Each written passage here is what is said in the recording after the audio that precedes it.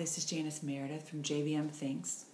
I hope you guys are having a great week, and today I want to talk to you about when your child has what I call CSS, or Competitive Spirit Syndrome. Now, your kid is usually wired this way or born this way. It's not something that's, inflicted upon them, but this is usually the way your child is. Your child is ultra competitive, hard on themselves, and so you as a parent, you're probably not going to be able to necessarily change that because that's the way your kid is wired.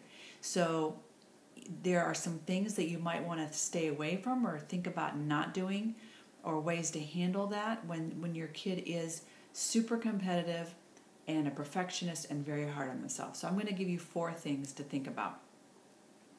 The first one is, after a game, I learned not to force my affection or my hugs on my kids. They just were not open to it. They didn't want it. Their ultra competitive spirit was still in focus to the game, and they just did not want me to come up there and throw my arms around them and say, "Oh honey, I'm sorry, you'll get it next time," or whatever the case may be. It was better that I didn't do that. Now, not all kids are wired that way. Some kids want that hug.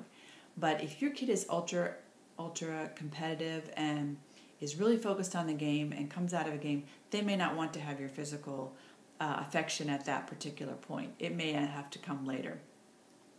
The second thing is that sometimes we tend to, as parents, we want to make them feel better. So they come out of the game, they've just had, maybe a rough game, and they're not happy about it. And we try to force this verbal encouragement on them. And we need to be encouraging, but I think sometimes we need to learn when to measure our words and to back off a little bit. There are times when certain encouragements might sound like empty platitudes to our kids. And so better to just, say, "Hey man, I'm sorry about the loss," better, or instead of, "Oh, it's okay, you got to win some and you got to lose some." That's not what your kid wants to hear. They want to hear, that you're with them, that you're behind them, but they don't need all this empty platitude of you trying to make them feel better, because that's basically what we're trying to do. We're trying to make our kid feel better, and it doesn't always work that way. Sometimes they need to process it themselves and to just slowly get over it. There will be times later when you can say, it's hard to lose, and this is what we learned from it, and you got to stop being so hard. Those conversations will come, but it may not be right after the game or after the event. I remember particularly one situation with my daughter after a volleyball game. She had a rough game, and she was not happy, and I knew that trying to make her feel better was not going to do it.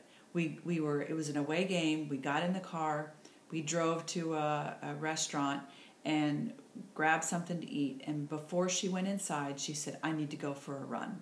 Well, it was night. It was in a strange town. I didn't really know. I'd been there before, but I didn't know the area that well. But I thought, okay, we'll kind of keep her in our sights. So she got out of the car and she went for a 10-minute run. She came back in the car, and she was not particularly talkative, but at least she wasn't in a bad mood, because she had to run off her frustration because she was frustrated with herself. And sometimes your kid just needs some space, and you're trying to encourage them right away and make them feel better may simply not work. So just keep that in mind. Another thing is that your child, if they are hard on themselves and a perfectionist and competitive, for you to point out the obvious, like, "Man, if you had to miss that shot, you could have won the game," or "Man, you got to hustle your feet faster."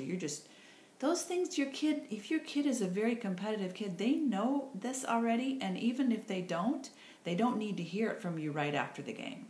So back off. Don't feel like you have to coach them about everything they did wrong after the game. Give them some space and give them some time. And the last thing is, when your child has CSS, or Competitive Spirit Syndrome, I'm not saying that you ignore it altogether. You give them space, you let them get over it, and then there will be times, there's going to come times when conversations will be had with your kid. You'll be able to talk with them, but you may have to wait for that moment. when you can really talk about, you can tell when your kid is receptive. I still feel this way when my kids are in their 20s. Sometimes I just feel like they're not in the mood to talk. Okay, then we're not going to talk right now.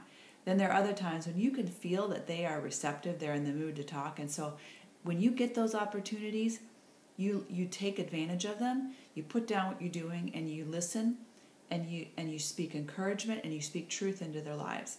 And those times will come, but you have to be ready for them. So when your child has CSS, competitive spirit syndrome, these are the 4 things that you can do to help them. And those kids sometimes are some of the most aggravating, but they're also some of the most fun to watch because they give 100% and they pour themselves into it. So if you have one, enjoy him or her and have a great week.